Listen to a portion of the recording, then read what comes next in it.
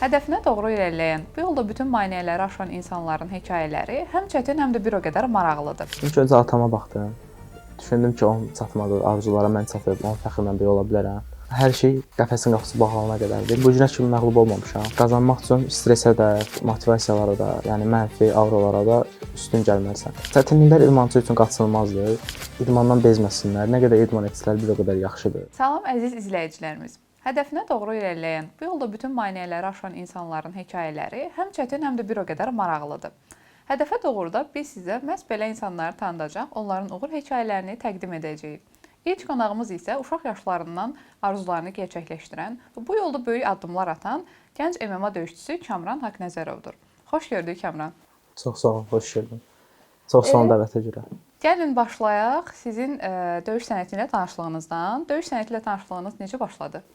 İlk öncə özümün həvəsi var idi. Kinolarda falan baxırdım uşaq vaxtı. Sonra atam boks idman növü ilə məşğul olurdu. Gedirdi, gəlirdi. Mənə də həvəs yaranırdı atama görə.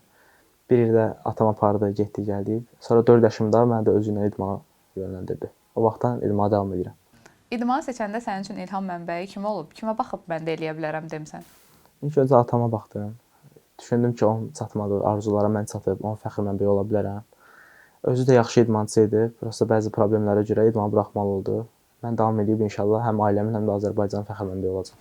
İnşallah. İlk döyüş təcrübəni tamaşaçılarla bölüşə bilərsən. Qorxu oldu, yoxsa adrenalin örtmüşdü hər şeyi?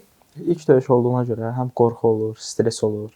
Onlar bir müddət qədərdir. Yəni mən də düşünürdüm ki, çıxaram, uduzaram falan. Amma hər şey qəfəsin qapısı bağlanana qədərdir. Qəfəsin qapısı bağlananda insan nəinki stres, qıraqdakı səsləri də eşitmir.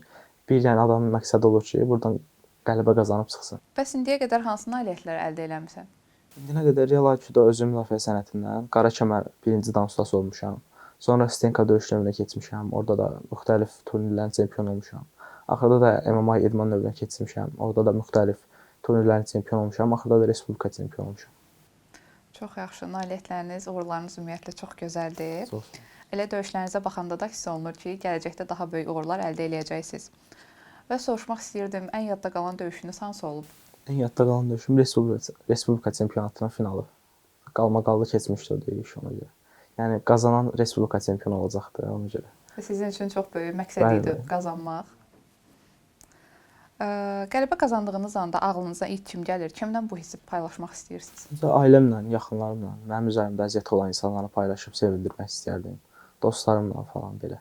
İlk öncə yəqin ki, atanızla paylaşmaq istəyirsiniz. Çünki o atam həmişə yanımda olur döyüşlərində. İlk öncə o xəbərdar atam oluram. Uğursuzluq yaşadığın anlar olub heç? Xeyr, bu günə kimi məğlub olmamışam. Yəni inşallah da ki, gələcəkdə olmaram. Əminik ki, gələcəkdə məğlub olmayacaqsan. Bəs sən özünü bu uğurun içində necə hiss edirsən? Məsuliyyətin artır, yoxsa daha da güclənirsən?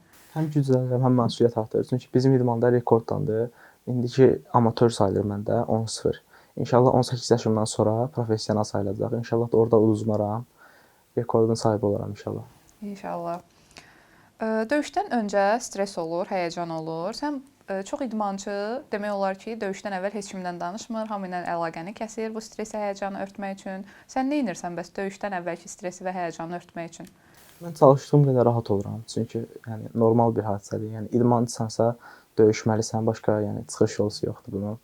Yəni qazanmaq üçün stresə də, bu motivasiyalara da, yəni mənfi auralara da üstün gəlməlisən. Həm də mənim ətrafımdakı insanlar da yaxşı insanlardır. Yəni mənə motivasiya verirlər. Mümkün qədər stressdən uzaq saxlayırlar. Yəni mənim üçün bu qədər rahat olur döyüşmək. İlk dəfə qələbə qazananda özünü necə hiss etmisən? O an təsvir eləyə bilərsən bizə? İlk dəfə qələbə qazananda, yəni necə deyim, ürəyimdə başqa bir hiss var idi, sevinc dolu hiss idi yəni. Yəni çox gözəl hiss idi. Çünki ilk dəfə əziyyətimin bəhrəsini o döyüşdə görmüşdüm. Ona görə yəni unutmaq olmur o döyüş. Heç olubmu ki, artıq yorulmusan, vaz keçmək istəmirsən, amma bir səbəb olub ki, səni bu idmana bağlayıb və vaz keçməmisən. O səbəb nədir? O səbəb ailəmə verdiyim sözlərdir. Yəni demişəm ki, gedəcəm xarici ölkəni təmsil edəcəm, həm Azərbaycan fəxr mənbəyi olacağam. İnşallah çətinliklər idmançı üçün qaçınılmazdır, amma üstəsindən gəlmək hər insan işidir. Yəni üstəsindən gələn özünə rahat idmançı deyə bilər. Çünki üstəsindən gəlmirsənsə, idmana davam etməyin bir mənası yoxdur. Heç olub rəqibləri araşdırmısan döyüşdən əvvəl? Yəni xeyr, mən özümü qəfəsə hazırlayıram, fiziki olaraq, psixoloji olaraq özümü hazırlayıram. Yəni rəqib də məndən eyni formada hazırlaşırsa, kimin güclü olduğu orada bilinəcək. Elə fiziki, psixoloji hazırlıq demişkən, idmanda fiziki və psixoloji hazırlıq çox mühüm rol oynayır. Sən özün də bunu necə formalaşdırırsan? İlk öncə məncə psixoloji güc vacibdir. Yəni mənfi auralı insanlardan uzaq olmaq lazımdır. Yəni motivasiyalı insanlarla yaxın olmaq lazımdır. Yəni səni pisə yönləndirməyən insanlarla, idmana daha çox yönləndirən, yuxu rejimini düzəltmək lazımdır. Yəni yeməyə fikir vermək lazımdır. Yəni həm psixoloji, sonra fiziki işlər, texniki işlər, onlar idmana bağlıdır. Yəni idman etməyə. İdmana daha çox vaxt ayırsansa, qalib olmağa da bir qədər də yaxınsan. Heç istəmirsən ümumiyyətlə psixoloji dəstək üçün psixoloqa müraciət eləyəsən? Yəni xeyr, elə idmançılar var, üz tuturlar. Yəni mənim yanımdakı insanlar, yəni deyirəm, motivasiya verirlər mənə. Yəni heç ehtiyacım qalmır, heç fikirləşmirəm psixoloq falan.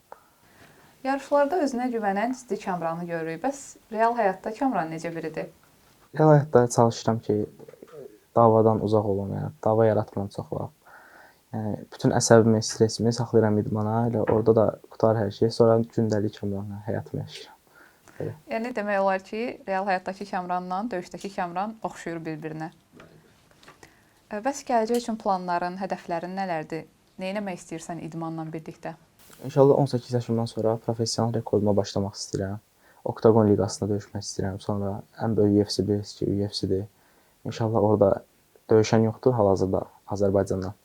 Azərbaycanı təmsil edən var, amma Azərbaycanlı yoxdur. Yəni inşallah mən həm Azərbaycanlı olaraq, həm də Azərbaycanı təmsil edərək bir ilki imza atacağam inşallah. İnşallah. Buradan gördüyüm qədər kifayət qədər təltifləriniz, medallarınız var. Döyüşlərdə uduzmamısınız, məğlubiyyətiniz yoxdur. Bunların davamlılığı üçün nə edirsən? Düşünürəm ki, gecə-gündüz çalışmaq lazımdır nailiyyətlər əldə etmək üçün və məğlub olmamaq üçün. Yəni mən baxıram Azərbaycanın Avropa, Respublika, dünya çempionlarına, olimpiya çempionlarına, onlardan örnək götürürəm, həyat tərzlərini maraqlanıram. Çalışıram ki, inşallah da onlardan biri kimi Azərbaycanda tanınacam. Və son olaraq soruşmaq istəyirəm ki, səni izləyən, sənin kimi olmaq istəyən gənclərə hansı tövsiyələri vermək istəyirsən, onlara nə demək istəyirsən? İnşallah ki, möhkəm olsunlar. Yəni idmandan bezməsinlər. Nə qədər idman etsələr bir o qədər yaxşıdır. Yəni boş-boş işlərə vaxt ayırmasınlar. Yəni ancaq idman. Yəni idman etsələr qazanacaqlar inşallah. Həm də ki, müvəqqəti çətinliklər olur insanda. Üstəsindən gəlmək daha yaxşıdır məncə. Əlbəttə ki, hər hansı bir məqsədimizə çatmaq üçün onun üçün çox zəhmət çəkməliyik, həm də özümüzə inamımız olmalıdır. Kamran, sənin söhbətin üçün təşəkkür edirəm. Çox sağ olun. Təşəkkür edirəm dəvətə görə. Dəyərli izləyicilər, biz bugün Hədəfə Doğruda idmanın, inamın və zəhmətin bir gənclə birləşdiyinə şahid olduq. Gələn bölümlərdə görüşmək ümidi ilə hədəfinizə doğru inamla addımlayın.